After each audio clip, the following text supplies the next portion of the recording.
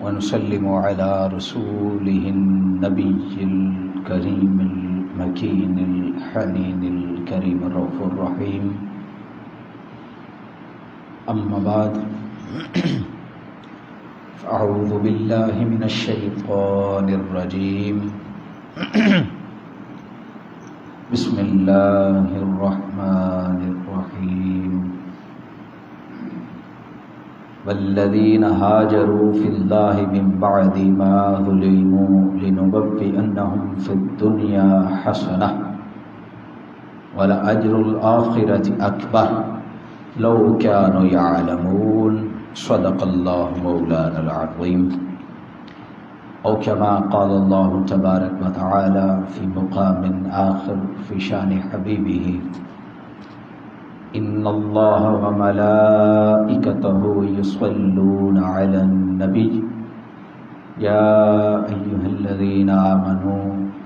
صلوا عليه وسلموا تسليما. اللهم صل على سيدنا ومولانا محمد رسوله النبي الأمي وعلى آلہ وأصحابہ وذریاتہ علیہم اجمعین. بلغ العلا بکمالہ کشف الدجی بجمالہ حسنت جمیع خصالہ صلوا علیہ وآلہ. مولاي صل وسلم دائما ابدا على حبيبك خير خلق كلهم محمد سيد الكونين والثقلين والفريقين من عرب ومن عجم. اللہ رب العزت کی ذات کی حمد و ثنا اور آقا کریم تاجدار کائنات وجہ تخلیق کائنات سرور انبیاء حضور سیدنا احمد مجتبیٰ محمد مصطفیٰ صلی اللہ علیہ وسلم کی بارگاہ اعلیٰ و عرفہ و اقدس میں بے پناہ محبت، ادب، عقیدت اور احترام کے ساتھ ہدیہ درود و سلام کے بعد اللہ رب العزت کی ذات کا لاکھ لاکھ شکر، اس کا فضل اور احسان عظیم ہے کہ جس نے ہمیں تاجدار کائنات صلی اللہ علیہ وسلم کی امت میں پیدا فرمایا. اور اللہ رب العزت کی ذات کا بے پناہ فضل و کرم اور لطف و احسان ہے کہ جس نے ہمیں آج میں ایک مرتبہ پھر یہ توفیق بخشی کہ ہم اس کی بارگاہ میں حاضر ہوں اور نماز جمعہ ادا کریں. اللہ رب العزت کی ذات ہمارا آنا جانا اور نماز جمعہ ادا کرنا اپنی بارگاہ اقدس میں قبول اور منظور فرمائے. اور اللہ رب العزت کی ذات کی بارگاہ میں دعا ہے کہ باری تعالیٰ جمعۃ المبارک کے جملہ فیض و برکات سے ہمیں مالا مال فرمائے. حاضرین و سامعین گرامی قدر، کچھ احباب نے بالمشافہ مل کر، کچھ احباب نے بذریعہ کال اور کچھ احباب نے سوشل میڈیا کے ذریعے فقیر خاکسار بندہ ناچیز کو حکم فرمایا کہ 9 یا 10 سفر جو ہے وہ حضرت سیدنا عمار بن یاسر رضی اللہ تعالی عنہ ان کا یوم شہادت ہے. آپ اس حوالے سے تھوڑی سی گفتگو فرمائیں. تو بندہ ناچیز اپنا آج کا جو موضوع آپ کے سامنے بیان کر رہا ہے اور جو بیان کرنے کی سعادت مل رہی ہے وہ حضرت عمار بن یاسر رضی اللہ تعالی عنہ ان کی سیرت پاک کے حوالے سے. میں اپنے ان تمام محبین کا، اپنے رفقاء کا اور ان احباب کا تہہ دل سے شکر گزار ہوں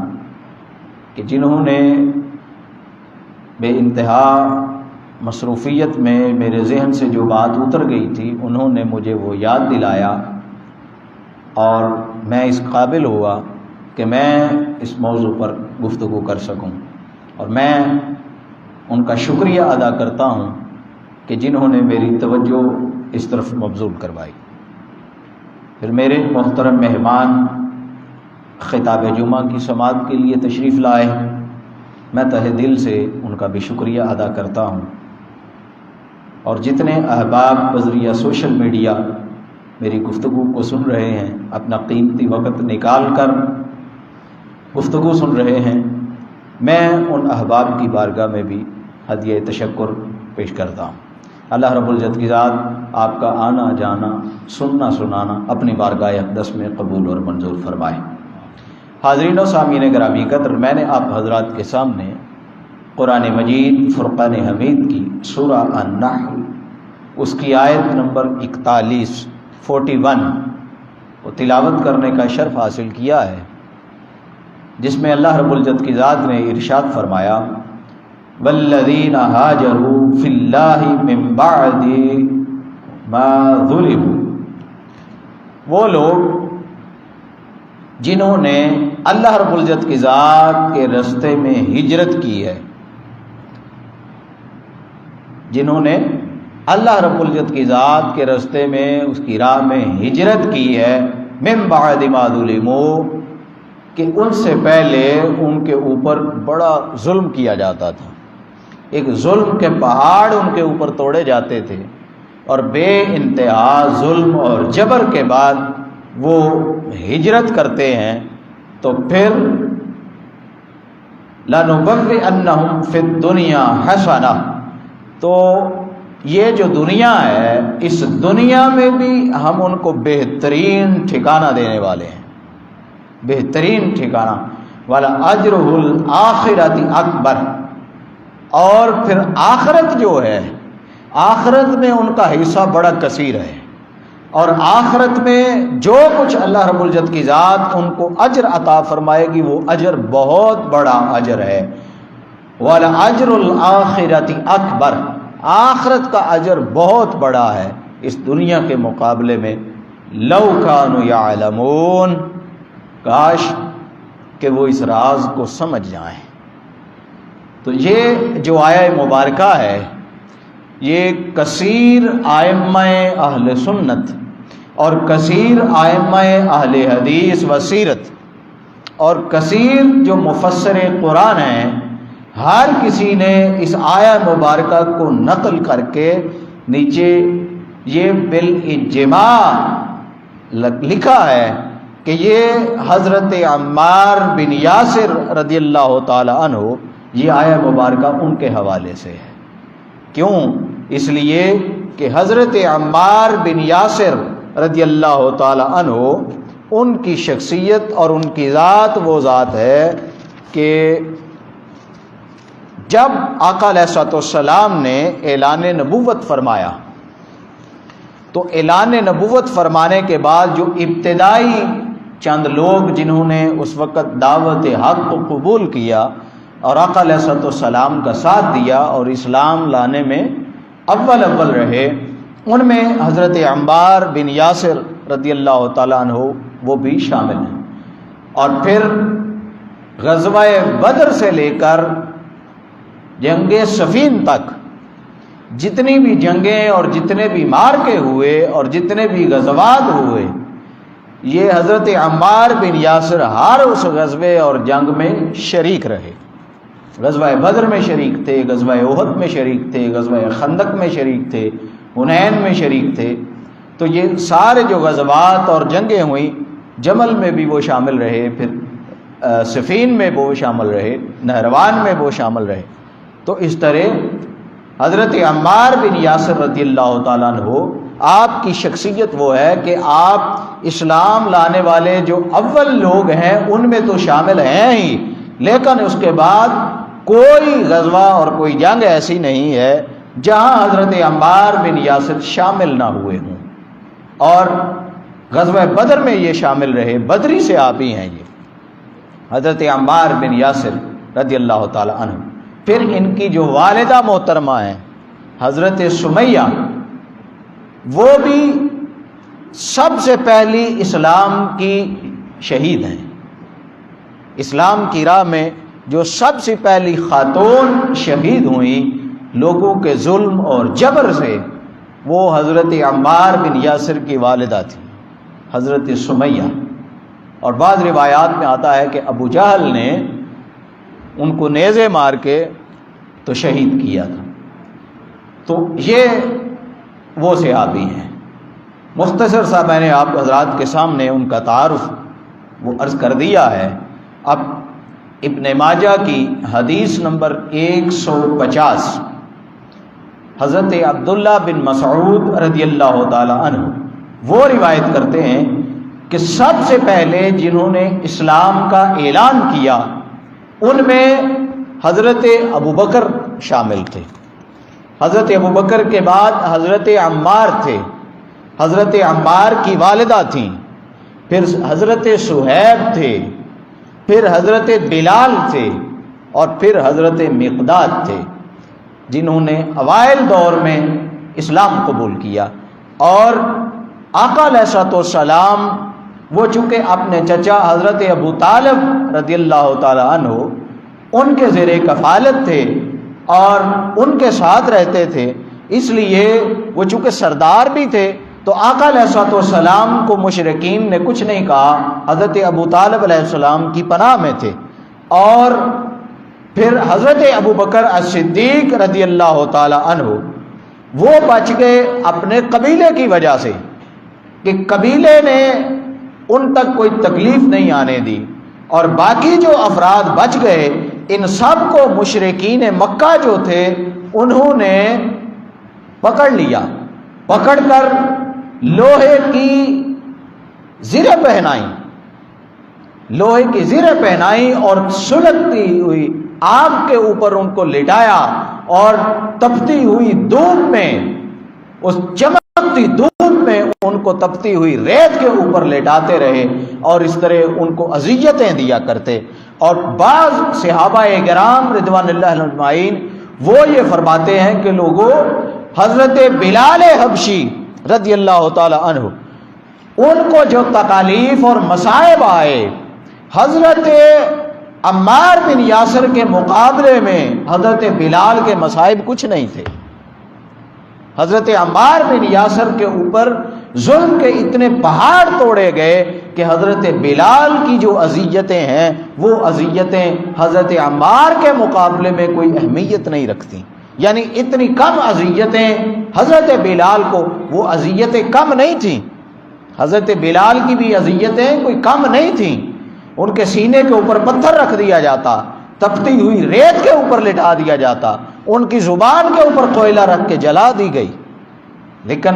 صحابہ کرام کہتے ہیں کہ زیادہ جو تکالیف اور مصائب اٹھائے وہ حضرت عمار بن یاسر کا خاندان ہے،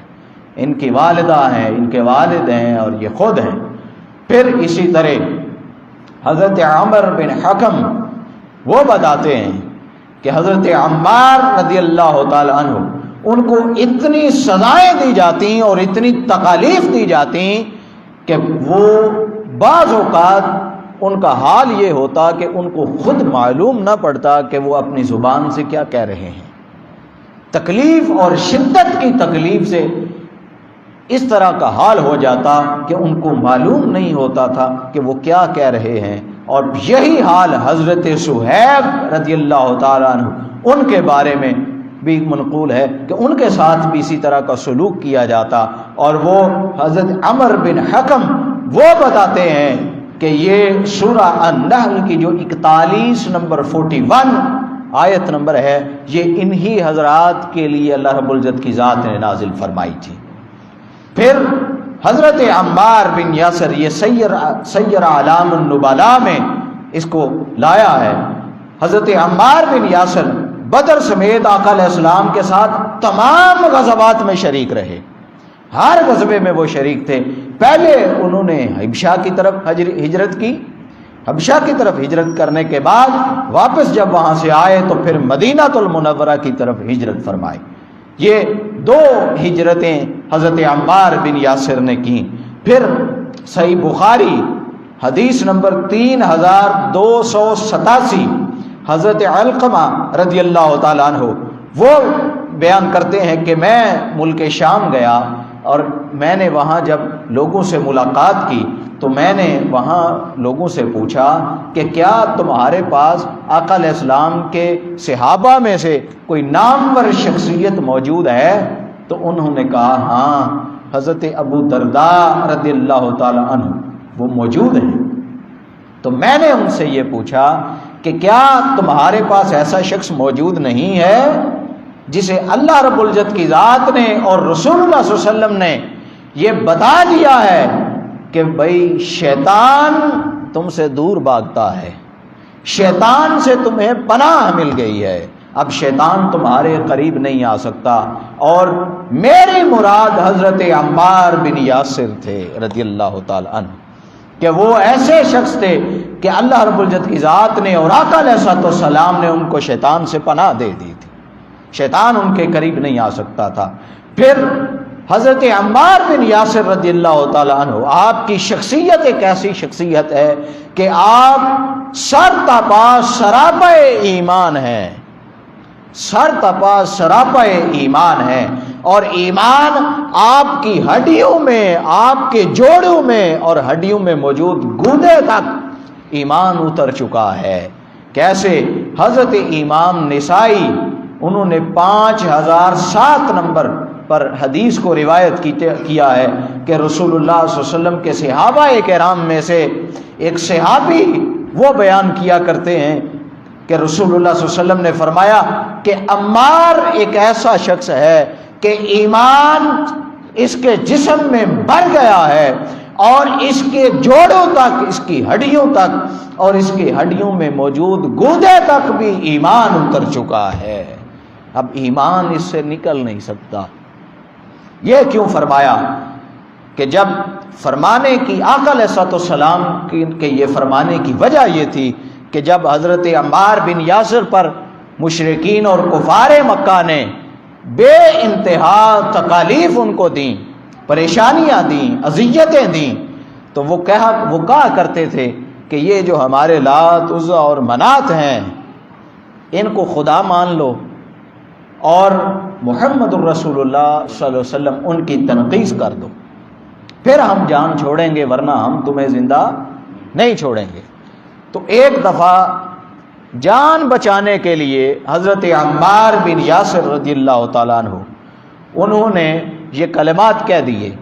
اور واپس پھر آقا علیہ السلام کے پاس آئے اور عرض کی یا رسول اللہ صلی اللہ علیہ وسلم میں شرمندہ ہوں کہ میں نے اپنی جان بچانے کے لیے یہ الفاظ کہے ہیں۔ آقا علیہ السلام نے پوچھا اے عمار تمہارا دل کس چیز کی گواہی دیتا ہے یہ بتاؤ؟ تو عرض کرنے کے یا رسول اللہ صلی اللہ علیہ وسلم میرا دل آپ کی طرف ہے، میری روح آپ کی طرف ہے، میرا جسم آپ کی طرف ہے۔ ایمان تو آپ پر ہے، اللہ رب العزت کی ذات پر ایمان ہے، وہ تو جان بچانے کے لیے زبان سے کچھ الفاظ ادا کیے، میں آپ پر ایمان لاتا ہوں، اللہ رب العزت کی ذات پر ایمان ہے میرا۔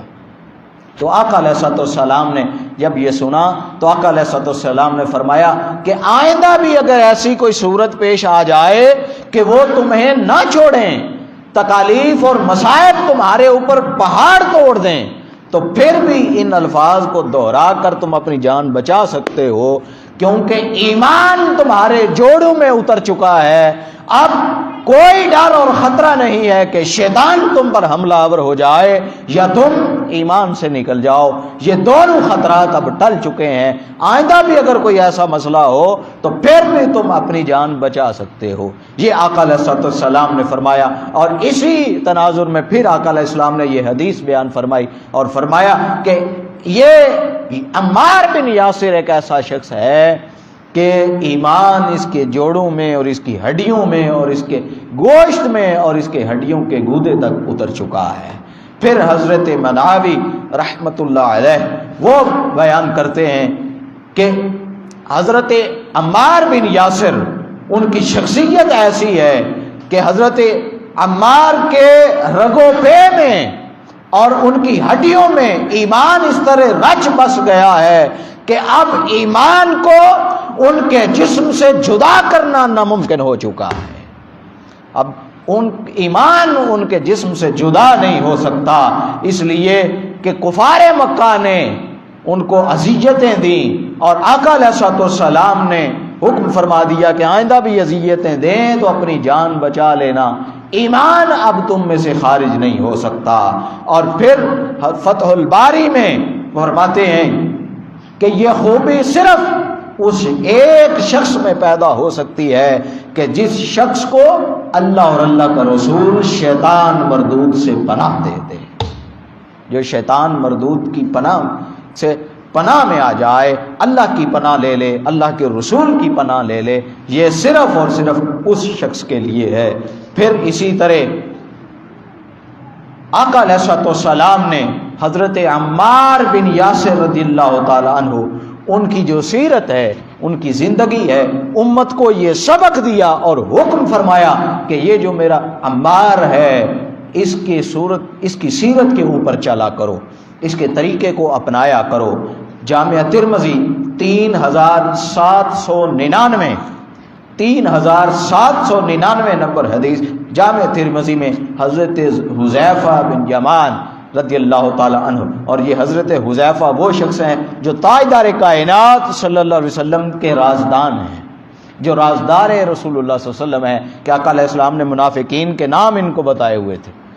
تو یہ حضرت حذیفہ وہ روایت کرتے ہیں کہ ایک دفعہ ہم آقا علیہ الصلوۃ والسلام کے پاس بیٹھے ہوئے تھے تو آقا علیہ الصلوۃ والسلام نے فرمایا کہ مجھے نہیں معلوم کہ میں تمہارے درمیان اب کتنی دیر مزید رہوں گا، مجھے نہیں معلوم، لیکن جب میں اس دنیا سے چلا جاؤں تو میرے بعد ان لوگوں کی اقتداء کرنا۔ اور آقا علیہ الصلوۃ والسلام نے حضرت ابوبکر اور حضرت عمر بن خطاب کی طرف اشارہ فرمایا کہ میرے بعد ان کی اقتداء کرنا۔ اور پھر آقا علیہ الصلوۃ والسلام نے فرمایا کہ یہ جو عمار ہے میرے بعد اس عمار کے طریقے کو اپنا لینا، اس کی سیرت پر چلنا، اس کے اسوہ کو اپنا لینا۔ پھر آقا علیہ السلام نے فرمایا کہ اس کے بعد جو بھی مسئلہ تمہیں درپیش ہو عبداللہ بن مسعود کے ساتھ کی طرف رجوع کرنا، جو عبداللہ بن مسعود بیان کر دے اس کی تصدیق کر لینا، کہ حضرت عبداللہ بن مسعود فقیہ ہیں صحابہ کرام میں۔ پھر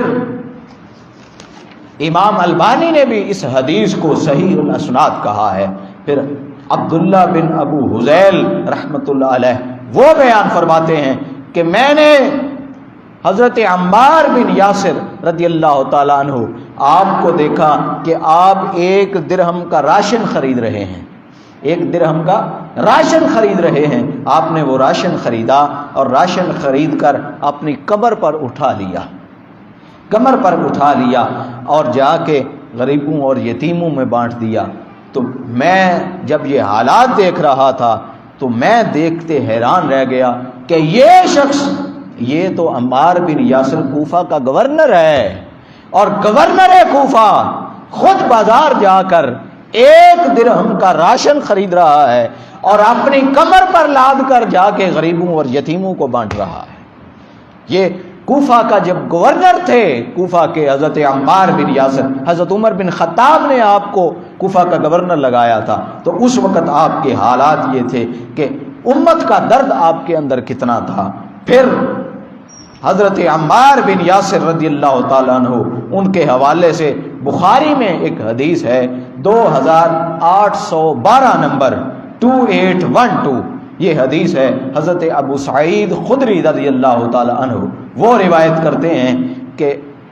جب مسجد نبوی شریف تعمیر ہو رہی تھی تو اس تعمیر کے وقت جتنے صحابہ موجود تھے اور جو تعمیر کر رہے تھے وہ ایک اینٹ اٹھا کے لاتے اور آ کے اس کی دیواروں پر رکھتے، اور مسجد نبوی کی دیواریں اٹھائی جا رہی تھیں۔ تو ہم نے دیکھا کہ عمار بن یاسر رضی اللہ تعالیٰ وہ 2 اینٹیں اٹھا کے لا رہے ہیں، 2 اینٹیں۔ جب عمار بن یاسر سے پوچھا گیا کہ آپ 2 اینٹیں کیوں اٹھا کے لا رہے، تو وہ کہنے لگے 1 اینٹ میں لے کے آتا تھا اپنے حصے کی اور دوسری اینٹ میں لے کے آتا تھا رسول اللہ صلی اللہ علیہ وسلم کے حصے کی، آقا علیہ الصلوۃ والسلام کے حصے کی ایک اینٹ اٹھا کے لاتا تھا، کیونکہ اس مسجد نبوی کی تعمیر میں خود آقا علیہ الصلوۃ والسلام پیش تھے، اور آقا علیہ الصلوۃ والسلام خود گارا بھی دیا کرتے اور اینٹیں بھی لگایا کرتے۔ آقا علیہ السلام خود اس مسجد نبوی کی تعمیر میں حصہ دار تھے، شامل تھے۔ تو وہ فرماتے ہیں، بتاتے ہیں کہ میں آقا علیہ السلام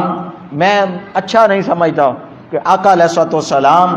اب اینٹیں اٹھائیں، اس لیے میں ایک اپنی اور ایک آقا علیہ السلام کی اینٹ اٹھا کے لاتا ہوں، دو اینٹیں۔ تو جب آقا علیہ الصلوۃ والسلام نے ان کو دیکھا کہ دو اینٹیں اٹھا کے لا رہے ہیں اور ان کی کمر جھکی ہوئی ہے، ان کا سر مبارک وہ گرد آلود ہے، داڑھی مبارک اس پہ مٹی لگی ہوئی ہے، تو آقا علیہ الصلوۃ والسلام آئے اور آپ نے بڑی شفقت کے ساتھ حضرت عمار کے سر کے اوپر ہاتھ مارا، اپنا دست مبارک ان کے سر کے اوپر لگایا، ان کی داڑھی پر لگایا، مٹی اور دھول کو جھاڑا، اور آقا علیہ الصلوۃ والسلام نے جب ان کو دیکھا تو آپ نے فرمایا اے عمار اتنی مشقت؟ تو حضرت عمار بن یاسر، چونکہ آقا علیہ الصلوۃ والسلام کے اصحاب ایسے تھے کہ وہ آقا علیہ السلام کے ساتھ ایک بڑے باادب طریقے سے مزاح بھی فرما لیا کرتے، وہ مزاح کر لیا کرتے آقا علیہ السلام کے ساتھ، اور آقا علیہ السلام خوش ہوتے۔ تو حضرت عمار بن یاسر وہ عرض کرنے لگے یا رسول اللہ صلی اللہ علیہ وسلم، یہ جو آپ کے اصحاب ہیں یہ مجھے دو اینٹیں اٹھا کے دے رہے ہیں، تو مجھے لگتا ہے کہ یہ مجھے مار دیں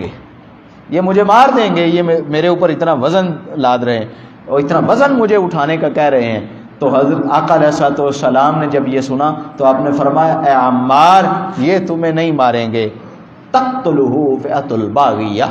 اے عمار تجھے ایک باغی گروہ قتل کرے گا، تجھے ایک باغی گروہ قتل کرے گا، یہ صحابہ یہ تجھے نہیں قتل کریں گے، یہ تجھے نہیں ماریں گے۔ تو حضرت آقا علیہ الصلوۃ والسلام نے یہ ان کے بارے میں فرمایا، اور پھر آقا علیہ السلام نے فرمایا کہ اے عمار تو انہیں اللہ کی طرف اور جنت کی طرف بلا رہا ہوگا، اور وہ گروہ تمہیں جہنم کی طرف بلا رہا ہوگا، وہ گروہ جہنم کی طرف بلا رہا ہوگا۔ پھر امام حاکم نے 5666 نمبر حدیث پہ اس کو روایت کیا ہے، حضرت جابر بن عبداللہ وہ بیان کرتے ہیں کہ آقا علیہ الصلوۃ والسلام حضرت عمار بن یاسر اور ان کے اہل خانہ کے قریب سے گزرے تو وہ ان کو اذیتیں دی جا رہی تھیں، کفار اور مشرکین مکہ ان کو اذیتیں دے رہے تھے۔ تو آقا علیہ الصلوۃ والسلام نے جب ان کو دیکھا تو آقا علیہ الصلوۃ والسلام کی چشمان مقدسہ میں آنسو آ گئے، اور آقا علیہ الصلوۃ والسلام نے ان کی طرف دیکھ کے فرمایا اے آل عمار اور آل یاسر خوش ہو جاؤ، اللہ رب العزت کی ذات نے ان اذیتوں کے بدلے تمہارے ساتھ جنت کا وعدہ فرما دیا۔ اے آل عمار، اے آل یاسر، اللہ رب العزت کی ذات نے اس مصیبت کی بجائے مصیبت کے تناظر میں اللہ کی ذات نے اس کے بدلے میں تمہارے لیے جنت کا وعدہ فرما دیا ہے، خوش ہو جاؤ۔ آقا علیہ الصلوۃ والسلام نے ان کو جنت کی ضمانت دے دی۔ پھر اسی طرح آقا علیہ الصلوۃ والسلام نے جو حضرت عمار بن یاسر سے فرمایا کہ عمار تجھے ایک باغی گروہ قتل کرے گا، تو پھر یہ باغی گروہ وہ کون تھا کہ جس نے حضرت عمار بن یاسر کو قتل کیا؟ یہ ایک جو حدیث مبارکہ ہے، ایک حدیث مبارکہ کہ تقتلہ فئۃ الباغیہ، اے عمار تجھے باغی گروہ قتل کرے گا، ادعو الی الجنہ وادعو الی النار، کہ تو اسے جنت کی طرف بلائے گا وہ تجھے جہنم کی طرف بلائیں گے۔ اس ایک حدیث مبارکہ کی وجہ سے آج محراب و منبر سے حضرت عمار بن یاسر رضی اللہ تعالیٰ عنہ آپ کی سیرت بیان نہیں کی جاتی، اس حدیث ایک حدیث کی وجہ سے پوری کی پوری ان کی قربانیاں، ان کی سیرت کو چھپا لیا جاتا ہے، اور صرف ایک حدیث کے اوپر ان کا مدار ہے سارا، اور ایک حدیث کو بیان کر کے بس فٹافٹ وہ آگے چلے جاتے ہیں۔ کیوں؟ اس لیے کہ جب حضرت عمار بن یاسر کے قتل کے پیچھے جائیں گے اور کھرا تلاش کریں گے اور دیکھیں گے کہ وہ باغی گروہ کون ہے، تو پھر جب وہ سارا چیک کر لیں گے، تحقیق کر لیں گے، تو وہ کھرا اپنے گھر سے نکل آئے گا، وہ کھرا اپنے گھر سے برآمد ہوگا، کھرا اپنے گھر تک پہنچے گا۔ وہ اپنے گھر تک جو کھرا پہنچ رہا ہے، اس کھرے کی وجہ سے آج محراب و منبر سے حضرت عمار بن یاسر کی سیرت بیان نہیں کی جاتی کہ ایمان جن کے جوڑوں تک اتر چکا ہے، ایمان جن کے گوشت اور خون میں اتر چکا ہے، ایمان جن کی ہڈیوں میں اتر چکا ہے، جن کو رسول اللہ صلی اللہ علیہ وسلم نے جنت کی ضمانت دی ہے، جو بدری سے آگئی ہے اس ایک حدیث کی وجہ سے۔ اب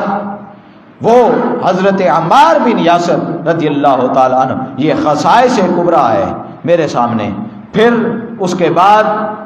امام مناوی کی جامع الصغیر ہے، امام سیوطی کی ہے، پھر امام ابن عبد البر کی الاستیعاب ہے۔ یہ ساری کتابیں بے شمار، تاریخ کی جو کتاب اٹھا کر دیکھ لیں،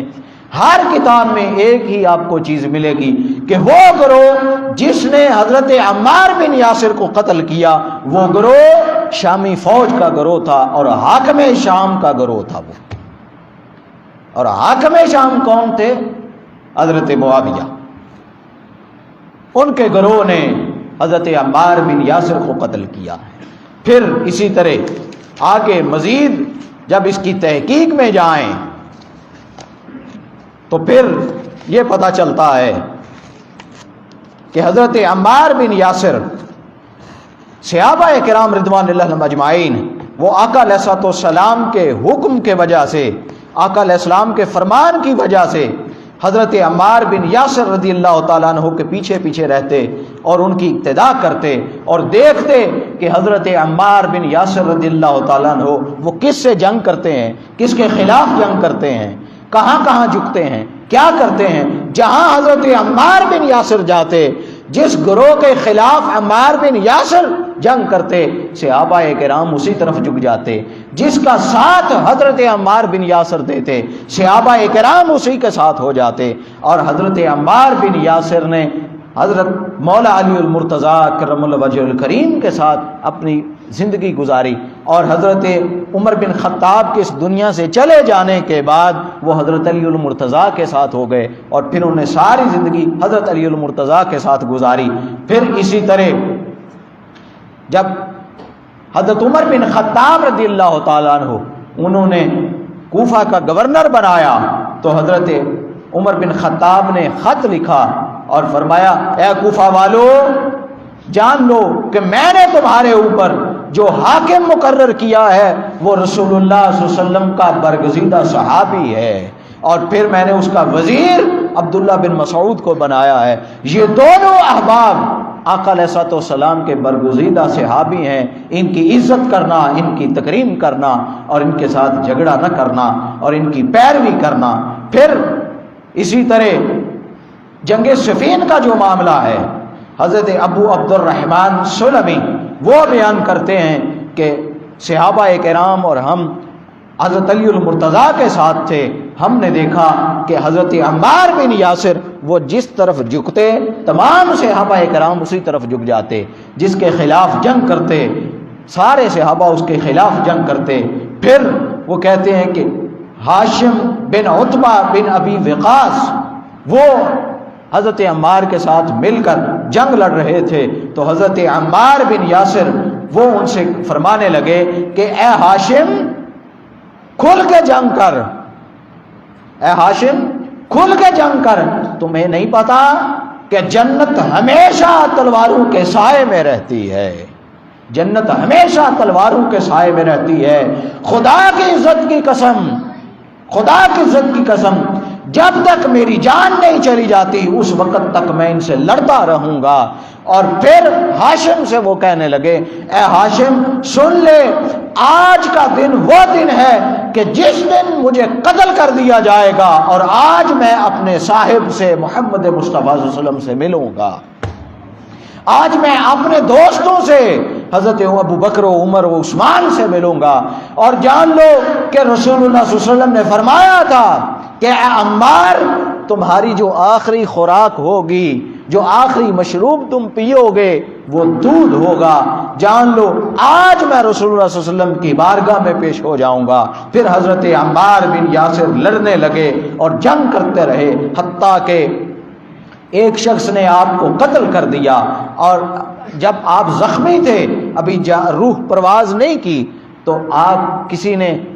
دودھ آپ کو پیش کیا آپ نے اس دودھ کو نوش فرمایا اور آپ نے فرمایا مجھے وہ بات یاد آ گئی ہے کہ رسول اللہ صلی اللہ علیہ وسلم نے فرمایا تھا کہ تمہاری آخری خوراک اور آخری مشروب وہ دودھ ہوگا. اب یہ دودھ مجھے مل گیا ہے، اب میں ان قریب آقا علیہ السلام کی بارگاہ میں ملاقات کے لیے پیش ہونے والا ہوں. پھر جب وہ قتل کر لیا تو وہ دو شخص آپس میں لڑنے لگے، دو شخص آپس میں لڑنے لگے، جھگڑا کرنے لگے، اس لیے کہ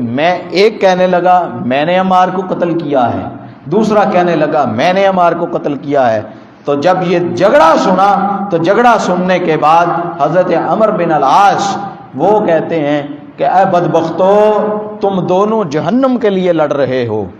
تم دونوں اس لیے لڑ رہے ہو. ایک کہتا ہے نہیں میں آگ میں جاؤں گا، دوسرا کہتا ہے نہیں میں آگ میں جاؤں گا. تم دونوں جہنم کے لیے لڑ رہے ہو، اس لیے کہ رسول اللہ صلی اللہ علیہ وسلم نے فرمایا ہے کہ میرے عمار کو جو قتل کرے گا فئۃ الباغیہ، وہ باغی گروہ ہوگا. اور پھر عمر بن العاص انہوں نے حاکم شام سے یہ کہا کہ دیکھو تمہارے گروہ نے جا کے عمار بن یاسر کو قتل کر دیا ہے، اور میں نے رسول اللہ صلی اللہ علیہ وسلم سے سنا ہے کہ عمار کو باغی گروہ قتل کرے گا، تو وہ تمہارے گروہ نے، تمہاری فوج نے ان کو قتل کر دیا ہے. تو حاکم شام نے جواب یہ دیا میں نے کہاں قتل کر دیا یا میرے گروہ نے کہاں قتل کر دیا؟ بھائی قصور ان کا ہے، قتل انہوں نے کیا ہے جو جان بوجھ کے عمار بن یاسر کو اپنے لشکر میں لے آئے. انہوں نے وہ سارا مدعا حضرت مولا علی المرتضیٰ پہ ڈال دیا کہ قصور ان کا ہے کہ جو عمار بن یاسر رضی اللہ تعالی عنہ ان کو ہمارے سامنے لے آئے، ہماری تلواروں کے سامنے لے آئے. پھر یہ آخری میری بات ہے، یہ حضور سیدی شیخ الاسلام ڈاکٹر محمد طاہر القادری مدظ العالی کی کتاب ہے عظمت صحابیت اور حقیقت خلافت.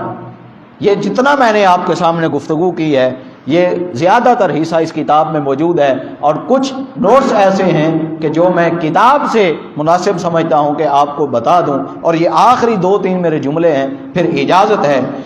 کہ یہ جو باغی گروہ ہے کون کون شخص ایسا ہے، کون کون سے مفسرین اور محدثین اور ائمہ تاریخ ہیں کہ جنہوں نے اس کو باغی گروہ کہا ہے شامی فوج کو. تو سب سے پہلے امام ابو الحسن المرغینانی وہ اپنی کتاب الہدایہ میں لکھتے ہیں کہ خلافت کے معاملے میں حضرت علی المرتضیٰ کرم اللہ وجہ الکریم وہ حق پر تھے اور امیر معاویہ باطل پر تھے، وہ ان کی خطا تھی. پھر اسی طرح انہوں نے یہ کہا. پھر امام کمال الدین بن الحمام الحنفی وہ کہتے ہیں شرفت القدیر میں وہ لکھتے ہیں کہ خلافت کا حق جو ہے وہ حضرت علی المرتضیٰ کرم الوجہ الکریم کا ہے، اور امیر معاویہ ان کے مقابلے میں خارجی ہیں، انہوں نے خروج کیا ہے، وہ باغی ہیں، بغاوت کی ہے، ایک خلیفہ راشد کے خلاف انہوں نے جنگ کی ہے، وہ لکھنے ہیں، اس لیے باغی گروہ ان کو کہا جائے گا. پھر اسی طرح انہوں نے مزید فرمایا کہ حضرت علی المرتضیٰ کرم اللہ وجہ الکریم کی بیعت درست ہونے کے اعتبار سے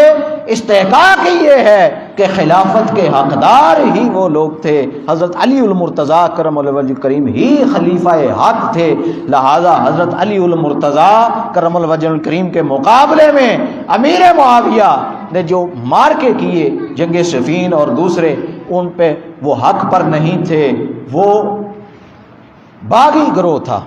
وہ حق پر نہیں تھے. حق پر مولا کائنات علی المرتضیٰ تھے، کیونکہ آقا علیہ السلام نے فرمایا الحق مع علی والعلی مع الحق، جان لو حق علی کے ساتھ ہے اور علی حق کے ساتھ ہے. پھر اسی طرح آقا انہوں نے مزید اپنی بات کو انڈورس کیا اور مزید وہ فرماتے ہیں کہ اس کے لیے ایک وہ آقا علیہ السلام کی حدیث ہی کافی ہے کہ آقا علیہ السلام نے فرمایا اے عمار تجھے باغی گروہ قتل کرے گا. تو عمار کو جس گروہ نے قتل کیا وہ امیر شام کی فوج تھی، وہ حاکم شام کی فوج تھی. تو اس سے ثابت ہو گیا کہ وہ باغی گروہ حاکم شام کا گروہ تھا. پھر اسی طرح حضرت عثمان امام بدر الدین عینی الہدایہ میں وہ لکھتے ہیں کہ حضرت عثمان غنی رضی اللہ تعالی عنہ کے بعد خلافت کے حقدار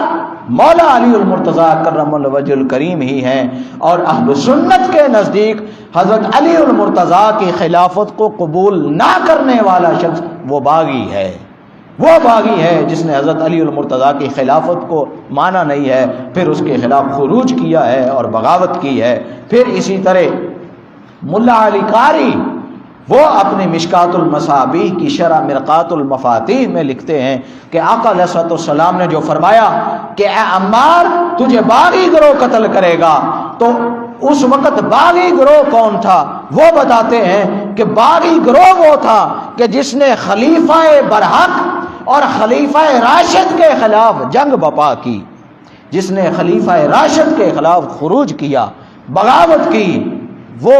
باغی گروہ ہے۔ پھر وہ کہتے ہیں کہ اس سے ثابت یہ ہوتا ہے کہ آقا علیہ الصلوۃ والسلام نے جو حضرت عمار کے قتل کا فرمایا تھا کہ باغی گروہ قتل کرے گا، نتیجہ یہ نکلتا ہے کہ قتل کرنے والی فوج وہ شام کی فوج ہے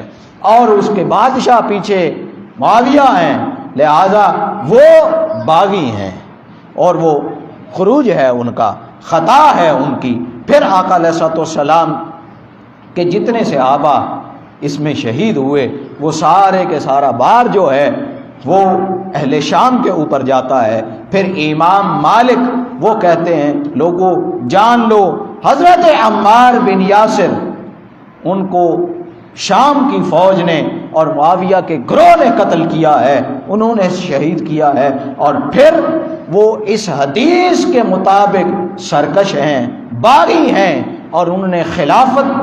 نہیں مانی اور وہ خلافت کے حقدار نہیں تھے، اور انہوں نے حضرت علی المرتضیٰ کے ہاتھ پر بیعت کرنے سے انکار کر دیا تھا۔ لوگوں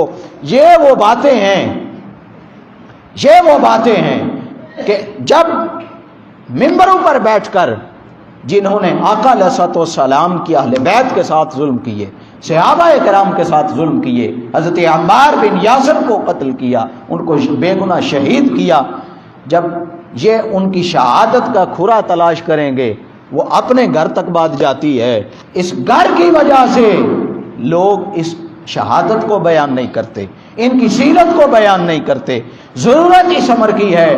کہ جس طرح حضرت علی المرتضیٰ کرم اللہ وجہ الکریم اور حضرت عمار بن یاسر ان کا اپنا قول ہے دونوں کا کہ خبردار کوئی شخص امیر شام کو لان تان نہ کرے، کوئی شخص احترام کرے ان کو گالم گلوچ نہ کریں۔ اور کسی نے کہا کہ عمار جو گروہ آپ کو قتل کرے گا باغی گروہ وہ تو پھر کفر پر ہوگا، تو حضرت عمار بن یاسر وہ فرمانے لگے نا خبردار کوئی شخص ان کو کافر نہ کہے، کوئی شخص ان کے کفر کا فتویٰ نہ دے، وہ کافر نہیں ہیں، ان کو فاسق کہہ لو، فاجر کہہ لو، ان کو بادشاہ کہہ لو، لیکن کوئی شخص ان کے کفر کا فتویٰ نہ دے۔ حضرت علی المرتضیٰ نے اس سے منع فرمایا ہے کہ کوئی شخص ان کے خلاف زبان درازی نہ کرے۔ تو لوگوں جس کی جو حد ہے انہی حدود میں کسی کو رہنے دیا جائے، اگر ساری باتیں کھول کے بیان کر دی جائیں تو پھر امن و امان کے مسائل ہوتے ہیں، پھر تفرقہ بازی ہوتی ہے، فرقہ واریت ہوتی ہے، پھر معاملات خراب ہوتے ہیں۔ ہمارا مشرب اس طرح کا نہیں ہے، ہم معاملات کو خراب نہیں کرنا چاہتے، ہم تفرقہ نہیں چاہتے، فرقہ واریت نہیں چاہتے، لیکن ہم یہ بھی نہیں چاہتے کہ کسی ایک کے دفاع میں حقائق کو چھپا دیا جائے۔ حقیقت بھی عیاں ہونی چاہیے، لیکن لان تان نہیں ہونی، گالم گلوچ نہیں ہونی، کفر کا فتویٰ نہیں لگانا۔ یہ آقا علیہ الصلوۃ والسلام کی تربیت ہے، یہ مولا کائنات کی تربیت ہے، اور یہ صحابہ کرام اور شریعت اسلامیہ کی تربیت ہے۔ اللہ رب العزت کی ذات ہمارے دلوں میں حضرت عمار بن یاسر رضی اللہ تعالیٰ عنہ کی محبت داخل فرمائے، اور بروز قیامت حضرت عمار بن یاسر کے ساتھ ہمیں اٹھائے اور حضرت عمار بن یاسر رضی اللہ تعالیٰ عنہ کے ساتھ ہماری ملاقات کرائے۔ وما علینا الا البلاغ المبین۔